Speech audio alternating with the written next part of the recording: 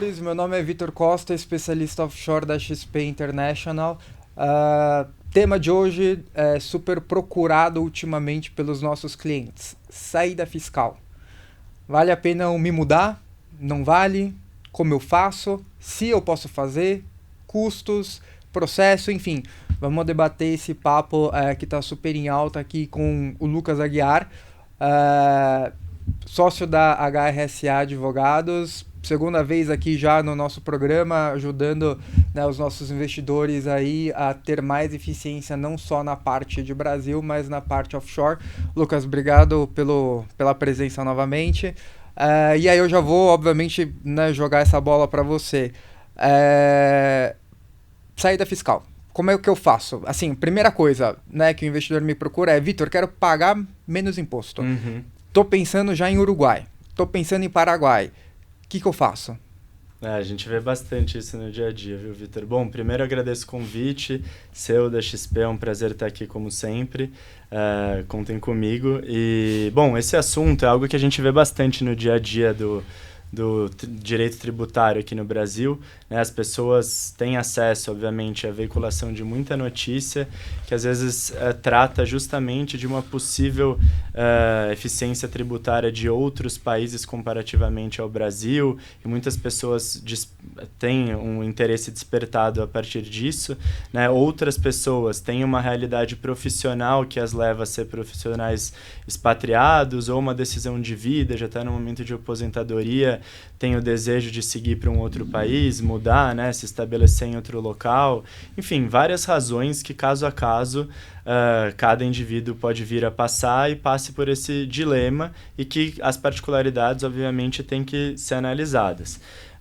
Um primeiro ponto que é muito importante dizer, que a fixação de residência fiscal em um determinado país, ela não é igual você colocar um PIN, né? Sair do Brasil, vou para o Uruguai. Não é simplesmente assim, né? Você realmente tem que ter substância, né, jurídica, econômica, fática, de que você realmente está indo se estabelecer nesse outro país. Você não consegue fazer a saída fiscal do Brasil permanecendo, residindo aqui na maior parte do ano, mantendo todos os seus laços, né, econômicos, familiares aqui, mas principalmente o critério objetivo, que é de permanência no país por esse período que supera 12 meses.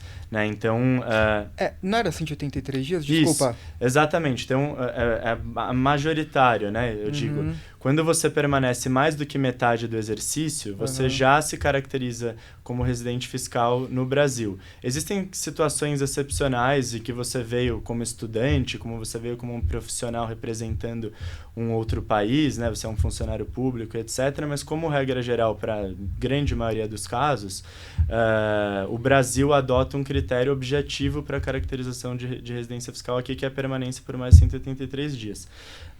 E outras jurisdições, além desse critério objetivo, que é um critério quase que universal, consideram aspectos subjetivos também para a caracterização de uma pessoa como residente fiscal. Então, por exemplo, se você tem sócio de uma empresa operacional naquele país, gera muito rendimento, tem empregados, a sua família está lá, enfim, alguns critérios que daí você precisa analisar a cada legislação, obviamente, para tomar esse cuidado de eventualmente não ser caracterizado residente fiscal nesse outro país. Aliás, esse ponto é importantíssimo, porque nada impede que uma pessoa venha a ser concomitantemente residente fiscal em mais de uma jurisdição. Tá? Do ponto de vista prático, qual que é o que normalmente é o reflexo dessa caracterização de residência fiscal?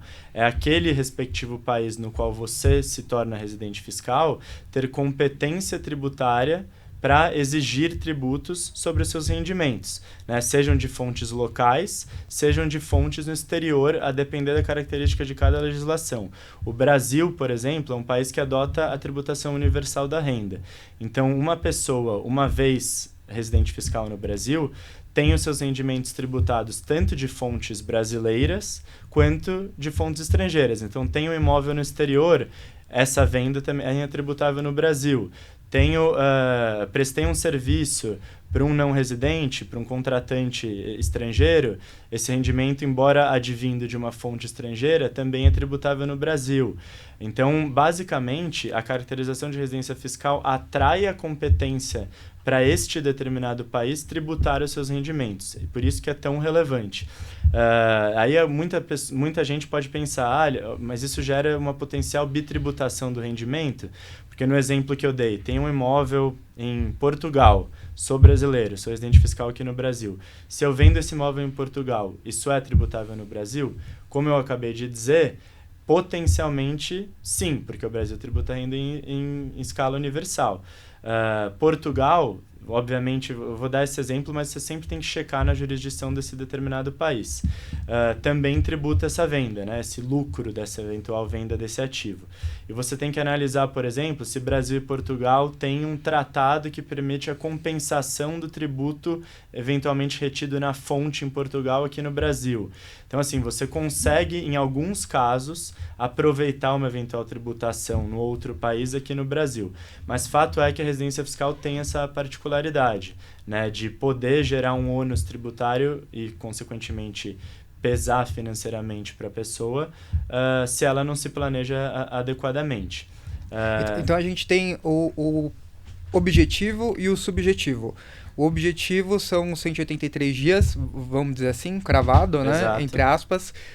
E o subjetivo seria família tá aqui, até cachorro, né? Assim, a Receita vai olhar Instagram, ela vai olhar realmente aonde que está a sua vida. Sim. Aqui no Brasil, especificamente, predomina o critério objetivo, tá? Para efeito de caracterização. Tá. Então, é uma jurisdição que o aspecto subjetivo ele não é determinante. Ele pode ser somado dentro de alguns casos subjetivos, que eu vou entrar no mérito, em que você eventualmente não tem o cumprimento de obrigações acessórias que o Brasil impõe para você formalizar a sua saída.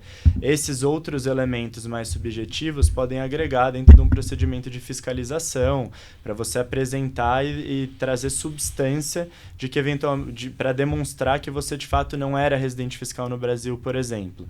Mas para efeito da sua caracterização como residente fiscal no Brasil, a gente pode se ater, na grande maioria dos casos, à questão dos 183 dias.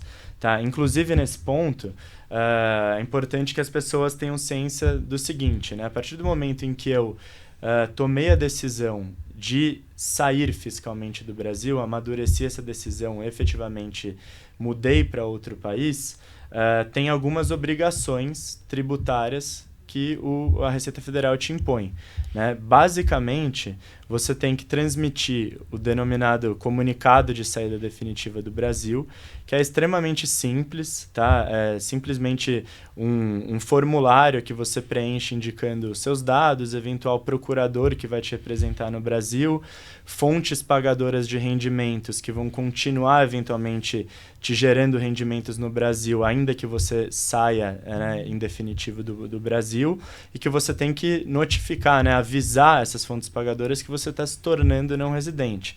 Porque a partir do momento que você se torna não residente, todo o tratamento tributário dos seus rendimentos passa a observar um novo regime. Você não é mais um residente fiscal no Brasil, você é um residente fiscal no exterior. E, consequentemente, tem uma série de regras próprias para isso.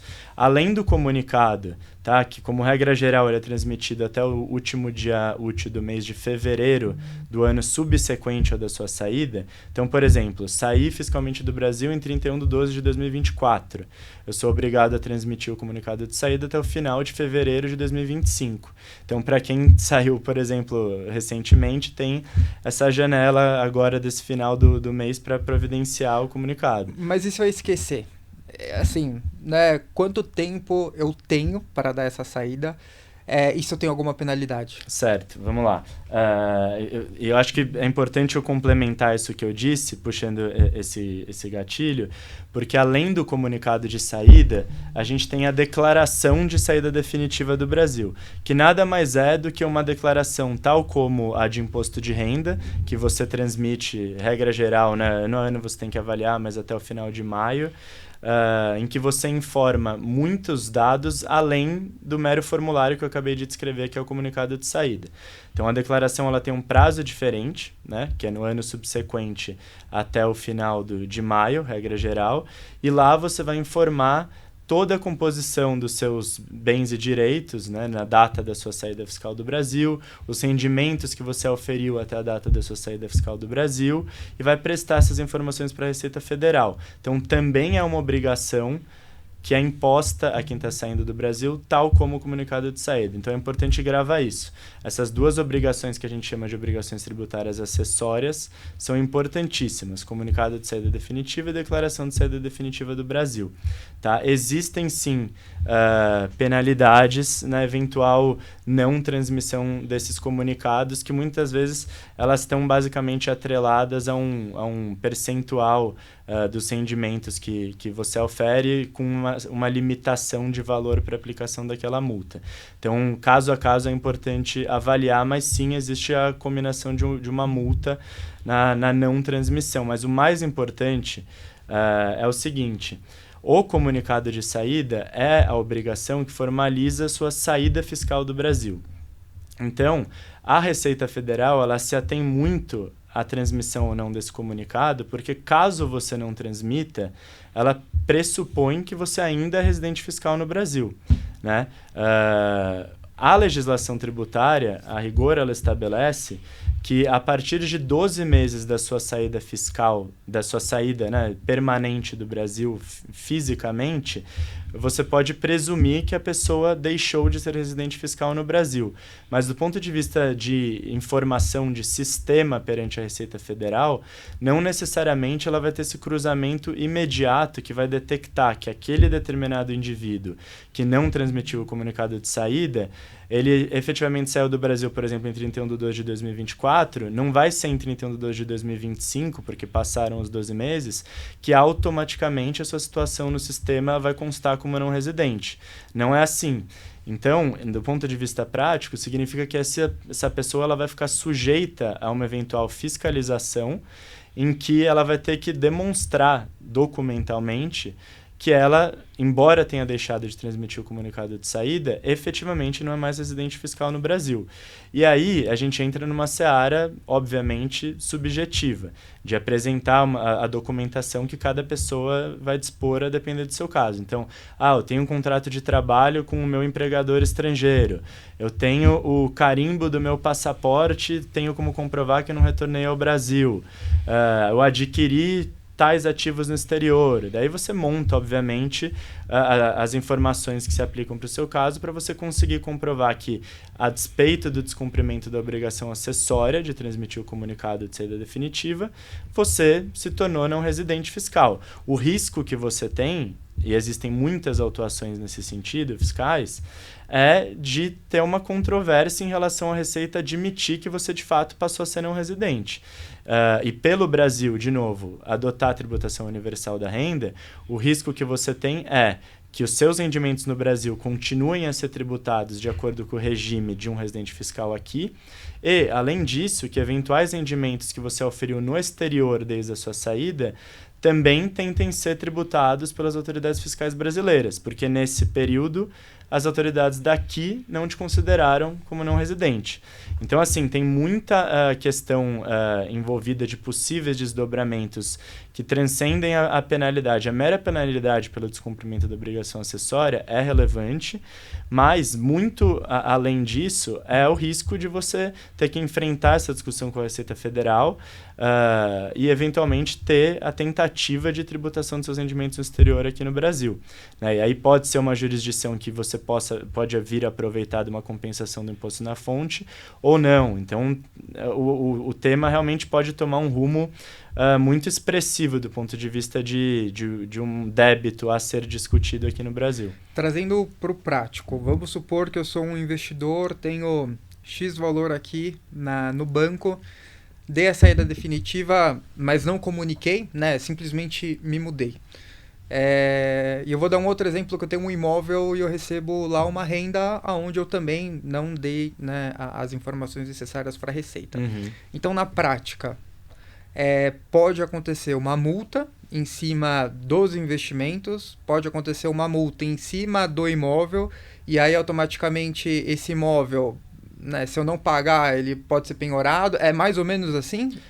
Assim, tem cenários extremos, obviamente, mas fato é que você fica exposto a uma penalidade, como eu disse, e o volume de rendimentos que você ofere ele é relevante, né, para efeito de cálculo, e também para efeito de uma eventual exigência de tributo propriamente.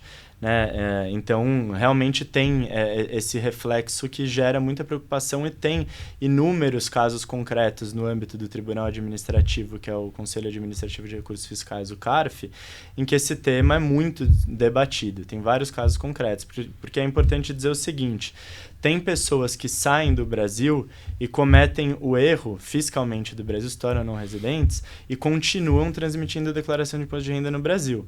Isso é totalmente equivocado. Tem muitas autuações fiscais que aconteceu exatamente isso.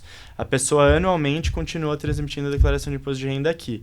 E ao transmitir a declaração de imposto de renda aqui, você gera a presunção de que você é residente fiscal no Brasil. Né? Não tem uma obrigatoriedade de um não residente fiscal no Brasil transmitir a declaração de ajuste anual. Né? Então, se você faz isso, você tacitamente, né, aquele ato de entregar gera a presunção de que você se considera residente fiscal no Brasil. Você está querendo uma prova contra você Exato. mesmo, em tese. E nesses casos é muito complicado, porque embora você tenha diversos outros elementos para comprovar que você não é residente fiscal no Brasil, você fica sujeito a, naquele caso concreto, julgamento eventualmente se ater mais às questões formais do que à substância fática ali do caso. Obviamente eu discordo disso, porque a caracterização de residência fiscal ela tem uma regulamentação, né, tem normas que regem a caracterização de uma pessoa como residente fiscal no Brasil e que deve prevalecer a interpretação do caso concreto muito além das meras obrigações fiscais acessórias. Né? Mas o que a gente vê na prática é que isso gera muito debate. E tem casos em que, embora o contribuinte apresente muitos elementos, ele acaba não logrando êxito nessa discussão administrativa e ou judicial. Né? Então, é um tema que cada vez mais o sistema da Receita está muito informatizado. Então, a detecção desses casos é muito simples hoje em dia. Vale dizer o seguinte, acho que do ponto de vista financeiro, quando uma pessoa efetivamente promove a saída fiscal do Brasil, ela não é obrigada a liquidar o portfólio de investimento que ela tem no Brasil. Ela pode manter essas aplicações aqui, e inclusive... Que é a famosa conta congelada, que a gente chama, né? Entre aspas. Exato. Então, assim, quando a pessoa sai fiscalmente do Brasil, é importante dizer, ela passa a ficar sujeita a um regime tributário diferente, né? De um investidor não residente. Isso tem tanto uma implicação tributária quanto regulatória. Tá? Por muito tempo, a gente está num período muito oportuno para falar sobre isso. Do ponto de vista regulatório, uma pessoa que promovia a saída fiscal do Brasil, ela podia fazer novos investimentos no Brasil a partir da CDE, a conta de domiciliado no exterior, que estava restrita a um portfólio muito restrito de aplicações, regra geral, títulos de previdência, né, títulos de renda fixa do próprio banco. Era CDB e Previdência e Poupança, alguma coisa do tipo, né? Exato. De disponibilidade. Então, limita bastante, né, e com custo de manutenção não tão alto. Aquele indivíduo que quisesse expandir o portfólio além desses ativos financeiros que a CDE permitia, ele tinha à disposição constituir uma conta que a gente chama 4373, que é exatamente o nome da resolução do Banco Central que regulamentava essa conta. E ela permitia que o contribuinte tivesse, o investidor não residente, tivesse acesso a um rol de aplicações financeiras muito maior e, do ponto de vista tributário, ele passasse a ser caracterizado como um INR, um investidor não residente. E, a partir disso, ele ficasse sujeito a uma série de questões tributárias que o diferenciam do investidor residente fiscal no Brasil. Por exemplo, isenção na alienação de ações cotadas em bolsa de valores. Dentre outras diferenças de alíquota, a depender do tipo de ativo financeiro financeiro investido. Então, usufruir desse regime tributário do investidor não residente estava atrelado a você ter uma conta 4373. Por que eu estou falando no passado?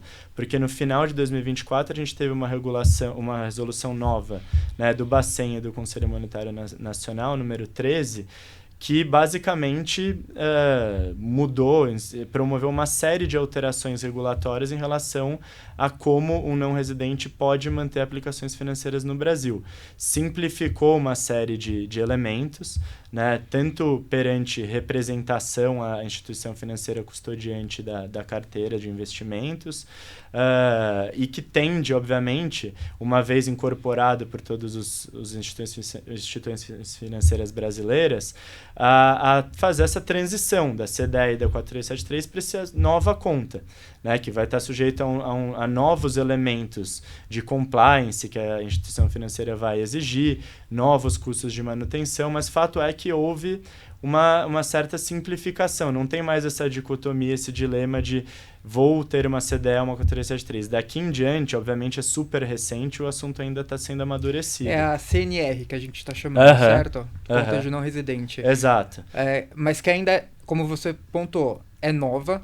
As instituições financeiras estão aguardando, acho que um refinamento da resolução para poder começar a implementar. Isso. Então, acho que isso é importante comentar para o investidor, que, por enquanto, as instituições financeiras, elas, assim, em tese, não sei, né, fora da XP, XP Investimentos, a gente não trabalha com conta CDE, a gente trabalhava com a 4373, mas a gente até interrompeu para aguardar, né, as novidades que a Receita vai entregar. Uhum. Então, acho que você, investidor, que está nessa situação de procurar uma conta de não residente aqui no Brasil para poder receber aluguel, para acho que fazer movimentação, talvez acho que ele tenha um pouco de dificuldade nesse período. Será que eles lançam isso até, sei lá, até esse trimestre, para o investidor realmente regularizar, entre aspas, ali a situação dele? Tem um ponto muito importante que eu acho que é nesse amadurecimento, na tomada de decisão e estruturação dessa conta, que o mercado tem aguardado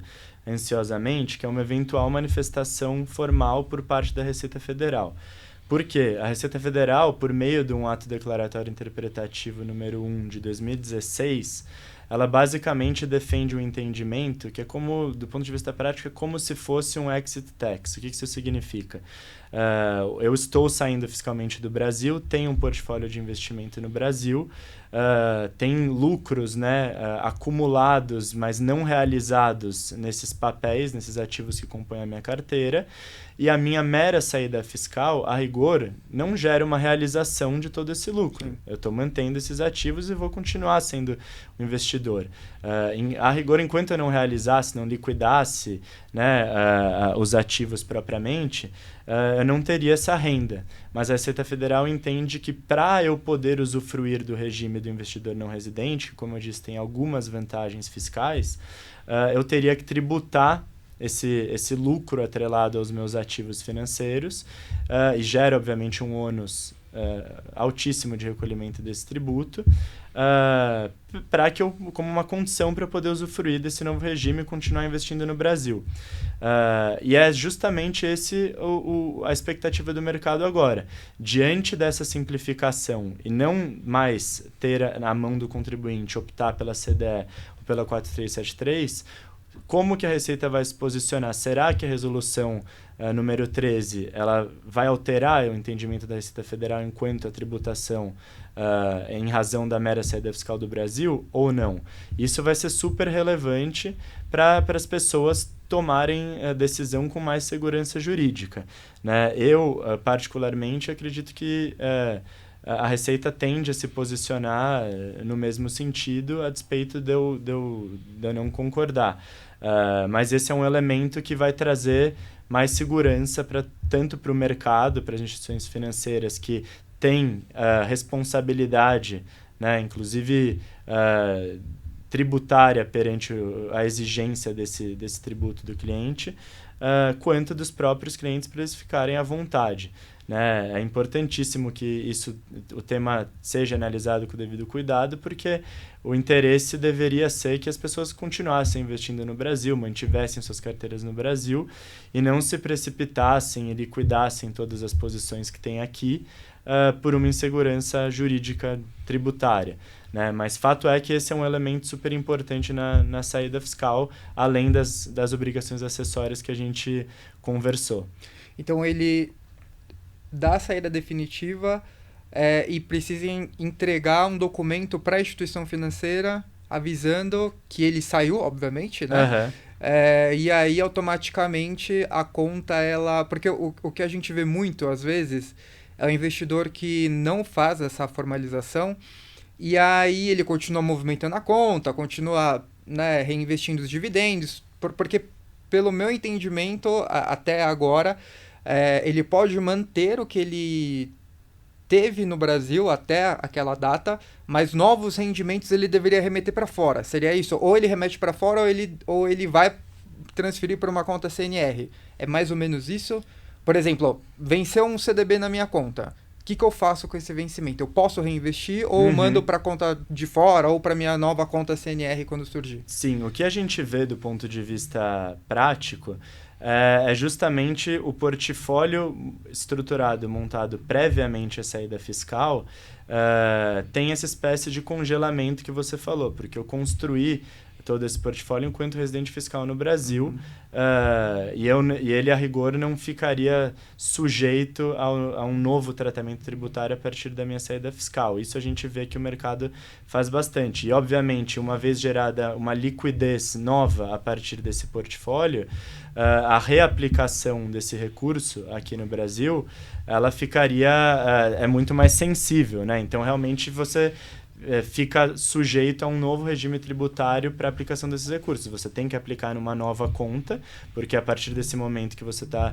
aplicando, você já é não residente fiscal no Brasil e você está sujeito a um tratamento tributário diferente, né? Então, realmente, essa questão procedimental é muito importante de alinhar com o seu assessor financeiro, né? Inclusive, você tem a obrigatoriedade de formalizar essa informação para a instituição financeira, né? Então, regra geral, as instituições financeiras costumam pedir a apresentação do comunicado de saída, que a gente conversou, porque ele é o documento que comprova que você se tornou fiscalmente não residente no país.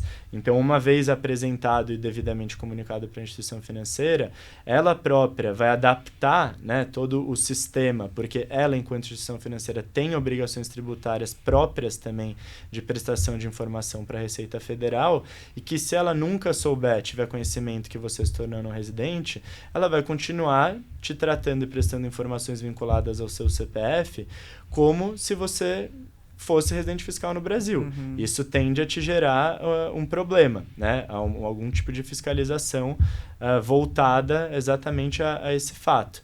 Então, é realmente uma obrigação de quem está promovendo a saída fiscal conversar com o seu assessor, notificar formalmente por e-mail, enfim, cada instituição adota o seu rito para isso, mas realmente comunicar que você se tornou não residente fiscal no Brasil e alinhar dali em diante. Idealmente, do ponto de vista tributário, a gente chama de planejamento tributário pré-imigratório, né? Então, o que isso significa? Que as pessoas, idealmente, deveriam antecipar todas essas preocupações, já conversando com o seu assessor financeiro, já conversando com o seu advogado, com o teu contador, para planejar, né, essa saída.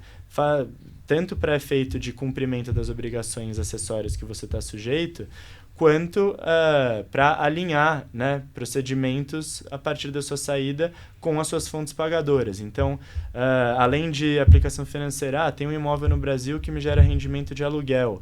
A mesma coisa, totalmente diferente. A gente tem um imposto de renda retido na fonte de 15%. O recolhimento, você tem que ter um procurador no Brasil. O recolhimento do DARF, ele é vinculado ao teu procurador e ele tem uma obrigação acessória, que a gente chama de DIRF, que ele tem que informar a retenção desse imposto para um beneficiário residente fiscal no exterior, que é você. Então, assim, realmente é importante buscar a orientação devida, porque quaisquer rendimentos que você continue oferindo no Brasil e ativos que você vá manter no Brasil, demandam um cuidado específico para você chegar à conclusão de se vai ser alterado alguma questão formal em relação à manutenção daquele ativo. Né? O código de recolhimento do DARF, vincular um procurador àquele rendimento, enfim, vários elementos que você precisa validar antes de ser surpreendido por não ter, né, feito nada previamente. Na prática eu já vi bloquear a conta, bloquear valores, e às vezes o investidor ele acha que é até instituição financeira. Ele fala, poxa, mas vocês bloquearam a minha conta. A gente não bloqueou, né? Uma ordem da Receita aqui, e aí impossibilita ele de fazer movimentação, né? Mas vamos trabalhar com a prática. Então, de novo, né? Dê a saída definitiva, tem investimento, venceu, e a Receita Federal, a palavra seria...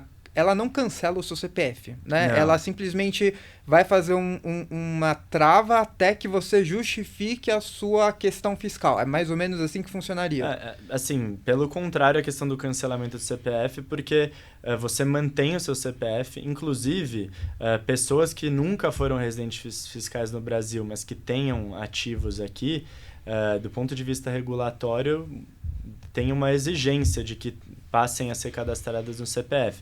Então, é extremamente importante esse ponto. O seu CPF ele vai continuar ativo, mas a sua situação passa a ser de não residente fiscal no Brasil. Então, essas obrigações são importantes. É realmente uma situação cadastral, né? E a partir do momento em que o seu cadastro perante a Receita é devidamente atualizado, você não vai ser surpreendido, tende a não ser surpreendido com casos de fiscalizações que partem do pressuposto de que você é residente fiscal no Brasil.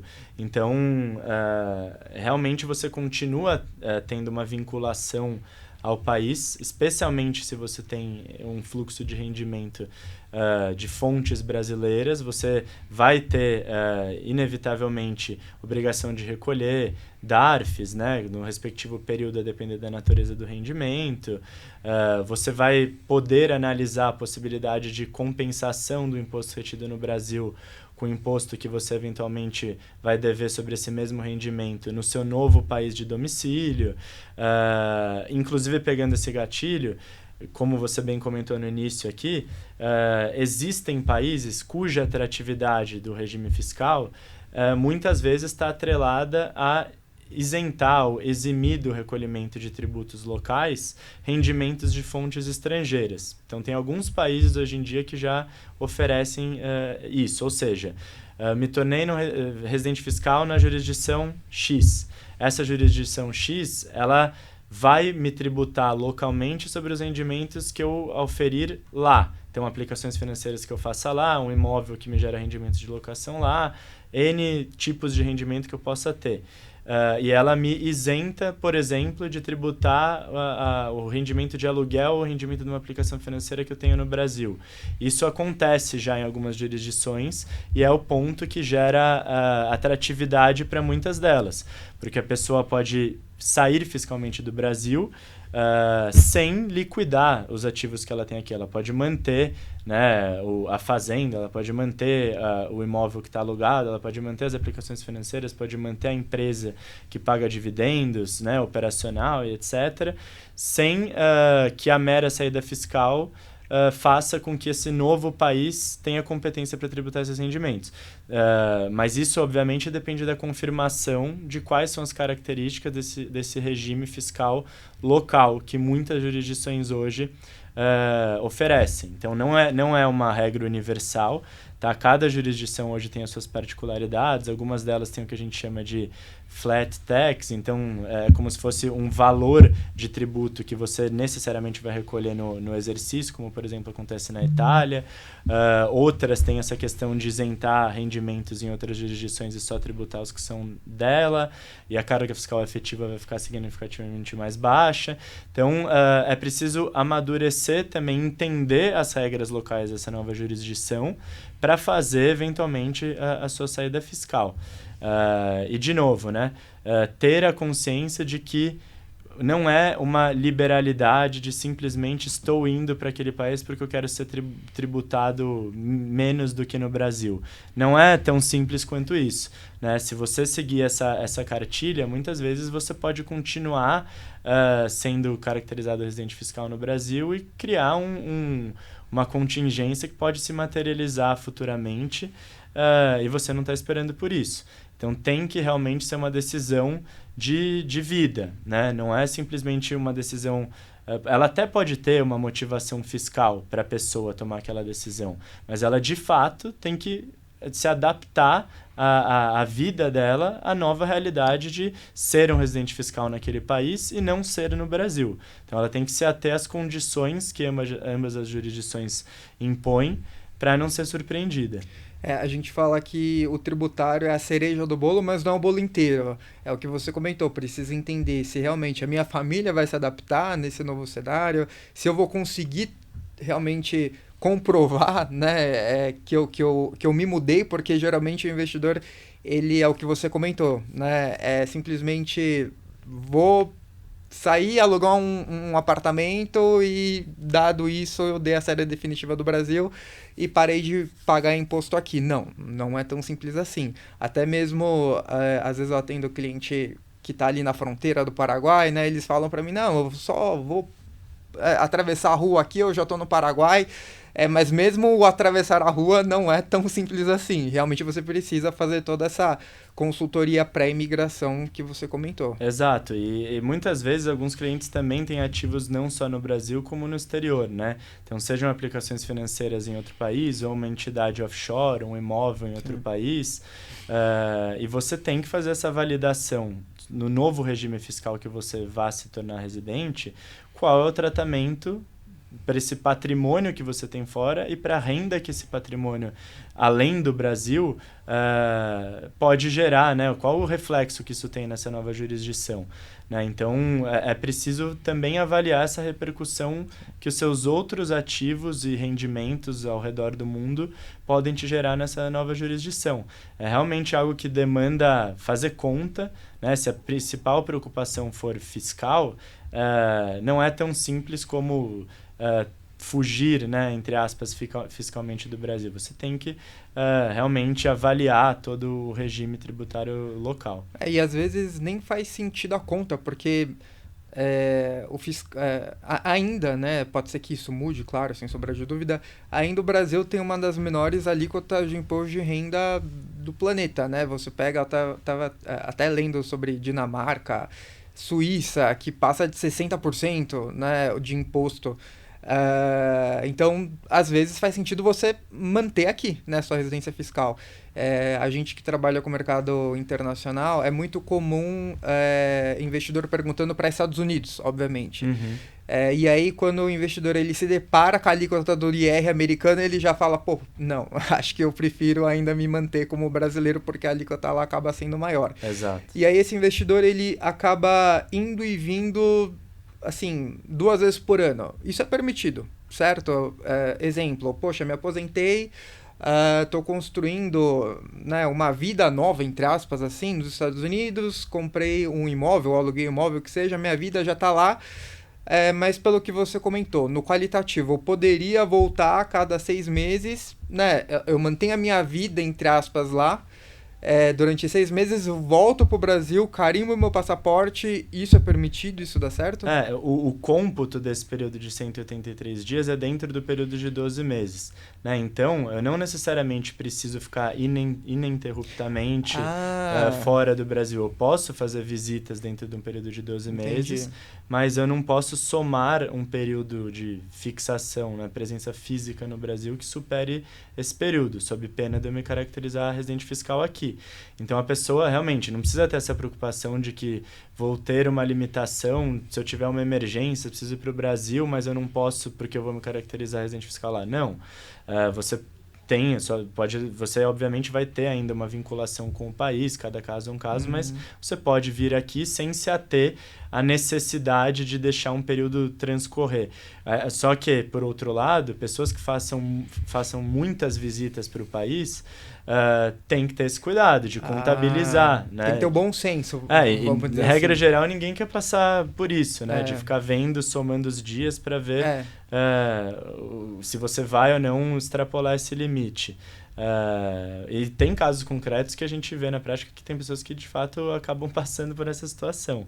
Então essa necessidade de ser um planejamento amadurecido de fato, né? Mas que também, como você mencionou, se porventura, não sei, vendi uma empresa, tem um valor altíssimo para receber, se fizer sentido, obviamente, né, todas essas contas e mudar para uma jurisdição privilegiada, obviamente que também tudo certo. Sim. Né? Com todo aconselhamento, né, pré-imigratório. Não tem nenhuma ilicitude, obviamente, em fazer isso.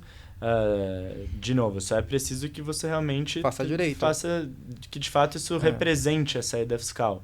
Né? Não existe uma saída fiscal artificial. Ou você saiu fiscalmente do Brasil de fato e não vai se caracterizar dentro de nenhuma das hipóteses que fariam com que você fosse caracterizado residente fiscal aqui, ou não, né? É realmente taxativo as hipóteses em que há caracterização. Então, você tem que observá-las para que não seja caracterizado residente fiscal aqui. A gente passa, né, hoje no Brasil por um período de reforma tributária que muitas vezes gera preocupação das pessoas e esse movimento de avaliar uma possível saída fiscal. A gente passou por um período de uma modificação muito significativa na tributação de aplicação financeira no exterior e entidades controladas no exterior, né, as ditas offshore, que geraram um movimento de muitos contribuintes para passar a avaliar a saída fiscal. E agora vale dizer que com uma vez bastante evoluída a reforma da tributação do consumo, o governo vai focar esforços na reforma da tributação da renda. Né? Isso novamente tende a gerar uma onda de avaliação por parte de uma série de pessoas de saída fiscal do Brasil. Né? Infelizmente, esse é um desdobramento prático que muitas pessoas acabam sentindo necessidade de avaliar se permanece fiscalmente no Brasil ou não. Então, realmente é um tema que é muito relevante de ter o devido cuidado, né? Levar em consideração o que pode vir a ser alterado na legislação nos próximos anos. Hoje tem se falado muito tributação dos ditos super ricos, né? Um projeto do governo que ainda não tem uma redação, a gente não sabe qual vai ser exatamente o conceito, a sistemática de tributação, mas que a rigor tende a ser um tributo adicional sobre a renda a partir de uma determinada faixa de rendimento. E isso é mais um elemento que tem que ser levado em consideração para as pessoas que querem fazer esse tipo de avaliação pessoal e familiar.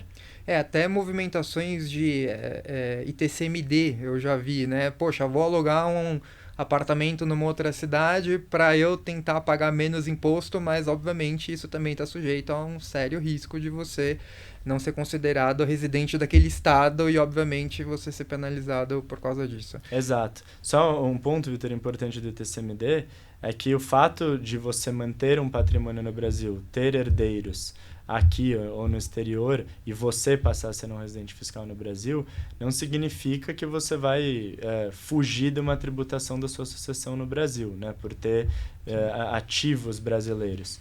Então, isso também é relevante para a pessoa avaliar, que além de uma tributação sobre os rendimentos no curso da vida dessa pessoa, uma vez ela feita essa transição de residência fiscal, planejando uma sucessão, é também importante levar em consideração os custos que essa sucessão vai ter. Né? Talvez a regra, por estar atrelado ao domicílio do falecido, do ponto de vista civil, de família, tenha alterações, né, da forma de sucessão. Mas, do ponto de vista tributário, também é importante fazer essa avaliação para efeito de incidência do ITCMD. Às vezes o investidor ele é 880, né? Ele acha que não pagar imposto ou então ficar isento de imposto é uma coisa errada. Não é. Isso é uma estratégia tributária que toda empresa tem, toda pessoa física precisa ter também. Então, obviamente, vamos avaliar se vale a pena essa saída, mas acho que a mensagem que a gente quer passar aqui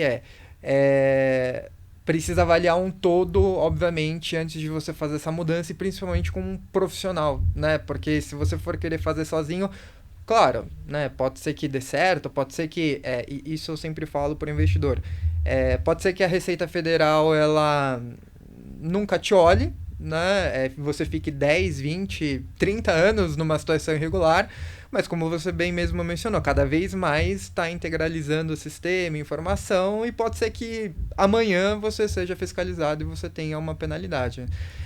No final das contas, acho que vamos avaliar, né, essa questão de saída, como você mencionou.